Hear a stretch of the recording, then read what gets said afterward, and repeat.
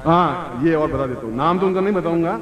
उन्होंने लिखा कि ये अद्भुत शिविर डॉक्टर नानक सिमाली की आज्ञा से और उनका मैं शिष्य इस शिविर को संपन्न कर रहा हूं, इसलिए आपको आना पड़ेगा। और इसके लिए शिविर स्थल ये है और आपको बस की सुविधा फ्री उपलब्ध है और नित्य हलवा और पूड़ी आपको प्राप्त होंगे।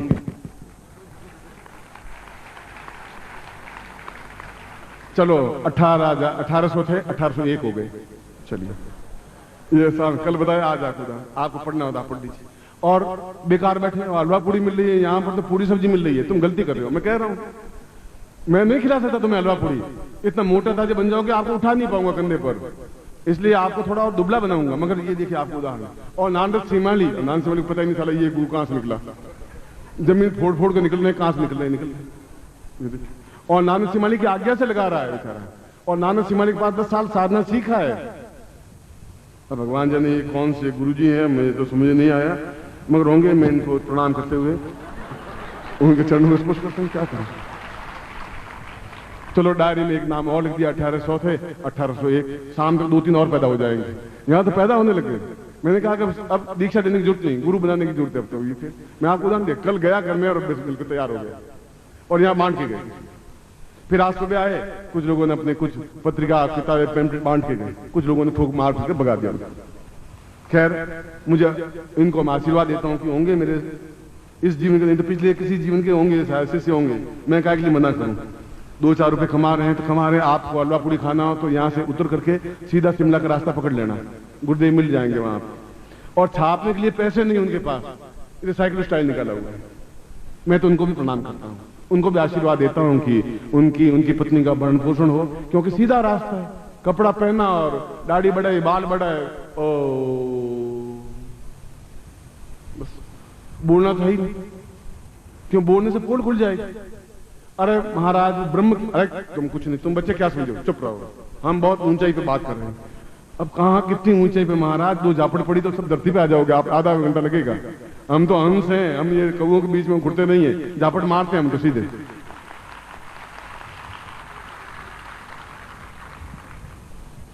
खैर उन सबके प्रति मेरी तो शुभकामनाएं, और मैं और कभी क्या शुभकामनाएं तो दे सकता हूं। इसलिए जीवन के उस वेद व्यास के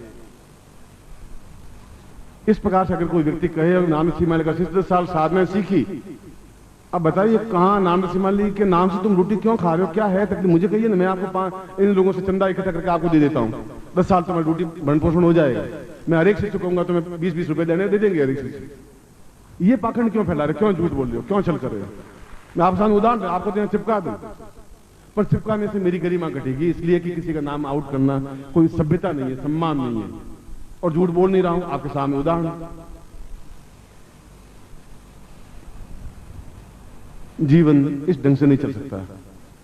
इसलिए मैंने कल जो अपने प्रवचन कहा था, वो प्रवचन का कैसेट आपके लिए गीता है, श्रीमद् भागवत है, रामायण है आपके लिए, कि आप उसके आदर्शों के अनुसार चलें। सत्य बोला है, जो कुछ कहा है आपको सत्यता के निकट लाने के लिए कहा है। उन चारों योनियों को समाप्त करके भी केवल इसी योनि में आपको पूर्णता दे देने के लिए आपको बुलाया। 4 योनियां वेद व्यास ने कही थी। गुरुदेव की, गुरुदेव की, वंदलिया माता जी की, छोटे गुरुदेव की, सिद्धाश्रम साधक परिवार की। हर हर महादेव।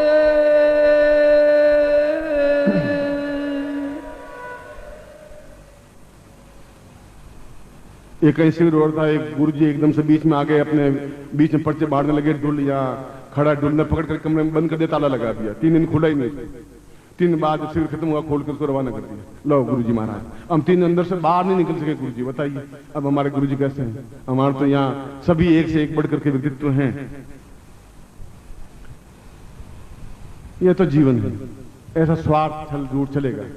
मगर वेद व्यास ने अपने 30वीं पंक्ति में कहा है कि वह जब गुरु के चरणों में समर्पित भाव से, आत्मीय भाव से, शब्दों से नहीं, अपने पूरे हृदय के साथ और तन और मन के साथ, मैं धन शब्द का प्रयोग कर ही नहीं रहा हूं।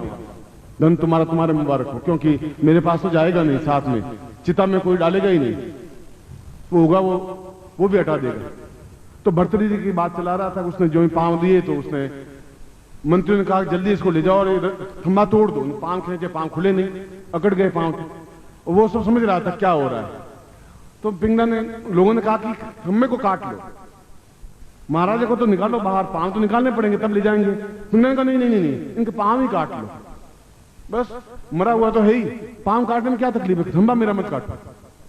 जो पत्नी 15 मिनट उनके बिना जिंदा नहीं रह सकती थी, वो कह रहे हैं कि इसके पांव काट लीजिए, कोई चिंता की बात नहीं, खंभा नहीं कटना चाहिए। ये इतिहास बोल रहा है। और भर्तृहरि उसी समय गमछा डाला और जाकर सन्यासी बन गया, एक योगी बन गया, राजपाट छोड़ दिया। ठोकर लगी 1 सेकंड में लगी, उन्होंने समझ गया कि ये पत्नी डोंग है, ये पाखंड है, और ये पाखंड तुम्हारे घर में है, तुम्हारे समाज में है, क्योंकि चारों तरफ का वातावरण वैसा है। मैं किन किन को समझाऊंगा, इसलिए मैं कह रहा हूं मैं आपको संस्कार करने के लिए पैदा किया है। उन्होंने जन्म लिया, ये उनकी बड़ी कृपा है। सत्य यह है कि कोई प्लान वे में कोई जन्म नहीं दिया। प्लान वे में जन्म दे तो योगी पैदा होगा, एक सन्यासी पैदा होगा, एक विद्वान पैदा होगा, एक आइंस्टीन पैदा होगा, एक गांधी पैदा होगा, अगर प्लान वे में होगा तो। उन्होंने मनोरंजन के लिए पैदा किया, हुआ और एक बच्चा पैदा हो गया, बस खत्म। उनके सामने कोई प्लान नहीं था। बाकी सारे काम प्लान से होते हैं कि 9 बजे भोजन करना है, 10 बजे दुकान पे जाना है, 5 बजे आना है, 3000 रुपए उनसे लेने हैं, ये सब प्लान है। बच्चा पैदा करने के लिए कोई प्लान है ही नहीं उनके पास में, बस हो गया तो हो गया। अब फिर तो ऐसे ही लड़के पैदा होंगे जो माँ बाप को गालियां देंगे, बाप को कहेंगे कि आप कौन है, सर्टिफिकेट है कि मैं तुम्हारा बच्चा हूं, मैं तुम बाप मानता ही नहीं, जाओ जो कुछ करना हो कर लीजिए। फिर ऐसे ही पैदा होंगे, क्योंकि प्लान नहीं है। पहले ऋषि पैदा होते अब क्यों नहीं हो रहे, क्या हो गया, अकाल पड़ गया क्या? इसलिए कि कोई सदगुरु मिला ही नहीं। और दूसरी बात वेद व्यास ने कही है कि 2500 वर्षों में एक सदगुरु पैदा होता है। 2500 वर्षों में, राम के ठीक 2500 वर्षों के बाद कृष्ण पैदा हुए, कृष्ण के ठीक 2500 वर्षों के बाद बुद्ध पैदा हुए, बुद्ध ठीक 2500 वर्षों के बाद शंकराचार्य पैदा हुए। 2500 वर्षों बाद एक ऐसा व्यक्तित्व पैदा होता है जो अपने आप में सही अर्थों में एक सदगुरु कहलाने के योग्य होता है, जिसकी चेतना होती है, अंधकार को भगाने में समर्थ होता है। हर बार ऐसे सूअर के तो 10-20 बच्चे पैदा होते हैं, पर शेर तो पूरी जिंदगी में एक ही बच्चा पैदा करता है, 10-20-25 बच्चे पैदा, इसलिए वो शेर कहलाता है। इसलिए कई कई वर्षों के बाद में यदि उस दिन भी कहा कि ऐसा सदगुरु को प्राप्त हो जाए आपको जिंदगी में, तो फिर आपको समर्पण करने में एक क्षण भी विलंब नहीं लगाना चाहिए, फिर पिंजरे में बंद नहीं रहना चाहिए। अब सब चूक जाएंगे, वो पास में से निकल जाएगा, आप फिर इंसान की ओर चले जाएंगे। और पत्नी एक बार रोएगी, क्यों रोना धर्म नहीं, रोएगी, देखो पति मर गया, रो नहीं रही, तो उसको रोना ही पड़ेगा, नहीं तो ऊपर अंगूठा चढ़ा के करती रहेगी। तो अब पता नहीं रो रही है कि नहीं रो रही, तो मुझे करना आता है, मैं तुमको तो आधे घंटे करता रहूं, आंख में आंसू आएंगे नहीं, कोई ग्लिसरीन डाल करके आंसू बाहर, तुमको जैसा करते। ये सब एक दुनिया का नाटक है, मैं समझ चुका हूं अच्छी तरह से। इसलिए शंकराचार्य सही कह रहा है, न तातो न माता न बंधन। हम बंधन में बंधे हुए हैं और वो हमें बंधन में बांध रहे हैं कि जल्दी शादी करो, बस इसकी पहले शादी करो, बाकी छोड़ो। शादी की, बच्चा पैदा हुआ, माँ बाप निश्चिंत, मेरे जैसा तू ही हो गया, कर्म फूटे तेरे, अब तू रोता रहे, सादा पालता रहे, और बस अब तू जाएगा कहां, क्योंकि मेरी ड्यूटी यही थी फंसाना तुझे। वो कह रहा मैं शादी नहीं, तुझे शादी करनी है, और ढोल बजा करके ऐसा फंसाते हैं, ढोल बजा के फंसाते हैं, नाचते हुए फंसाते हैं, और आप बहुत खुश होकर घोड़े पर बैठे हुए फंसते जा रहे हैं। और घोड़े पर बैठे हुए लोगों ने पूछा कि ये आदमी घोड़े पर कैसे बैठा है?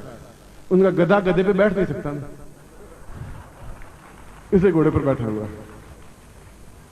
तो ये तो गधा है ही। अब ये गधा है तब ये शादी कर रहा है, उसके बाद में मिलेगा क्या? नहीं, माँ बाप चाहते शादी कर ले बेटा, जो भी मिले, अंधी लाली लंगड़ी ऐसी है, बस तू शादी कर ले, 1-2 लाख ले, बस उसके बाद निश्चित। अब साला रोता रहे। एक बच्चा है, पोते का मुंह देखना बेटा, उसके बिना मुझे स्वर्ग नहीं मिलेगा, वो अनुस्वार्थ है साला। बच्चा हुआ नहीं, मरा नहीं, पूरा ही फंसा 100%, और वो मार दमा चौकड़ी मचाते हुए साल में लो आपके पोते, आप खुश रहिए, कोई प्लान नहीं, ये पोता लीजिए, हो गया खेल खत्म। अरे भाई ये मत कर, ये इसमें कोई फायदा नहीं है, मगर मुझ चुप के शादी कर ले, करेगा मैं क्या करूंगा उसमें? ये कई वर्षों से हमारे संस्कार चले आ रहे हैं। मैं ऐसा नहीं करूँ आप कुंवारे रहें, कुंवारे रहने से तकलीफ है, मैं ये आपको कुंवारा रहने की सलाह नहीं दे रहा हूं। मैं कह रहा हूं कि आप संस्कार बनो, ज्ञानवान बने। जो पत्नी आपके बीच में बाधा करे, पत्नी नहीं है, फिर वो शत्रु है। आप अगर पत्नी के जीवन में बाधक हैं तो फिर वो आप पति नहीं है, आप बाधक हैं। माँ आपके बीच में बाधक है। यदि आप गलत काम करते हैं तो मैं सबसे पहले आपके थप्पड़ लगाऊंगा, मैं हूं, मगर आपको सब रास्ते पर गतिशील करने के लिए प्रेरित करूंगा। इसलिए इस व्यास पूर्णिमा के अवसर पर मैं कोई उपदेश देने के लिए कोई बात नहीं कर रहा हूं। मैं बता रहा हूं कि आप क्या हैं, बस आपकी पहचान कर रहा हूं। आप में पिछले जीवन के जो ज्ञान है वो उदय हो जाए, थोड़ा एक ठोकर लग जाए, एक एहसास हो जाए कि मैं क्या था और अब क्या हूं और मुझे क्या करना है। जिंदगी कितनी छोटी सी बची है और वह एक वृद्ध व्यक्ति वहां बैठे हुए क्यों चीख रहा है, क्या स्वार्थ। इसलिए कि मैं अपने हाथ को काट नहीं सकता, किसी हालत में कटने दूंगा नहीं, पांव को भी कटने नहीं दूंगा। और आप मेरा हाथ और पांव और आंख और नाक और कान और शरीर की धमनियां हैं, मैं आपको भी कटने नहीं दूंगा, ये भी गारंटी है। इसलिए आपको बार बार कह रहा हूं। बोले प्रभु जी गुरुदेव की, प्रभु जी गुरुदेव की, कुंडलिया माता जी की, उस छोटे गुरुदेव की, सिद्धार्थ प्रसाद परिवार की। हर हर महादेव।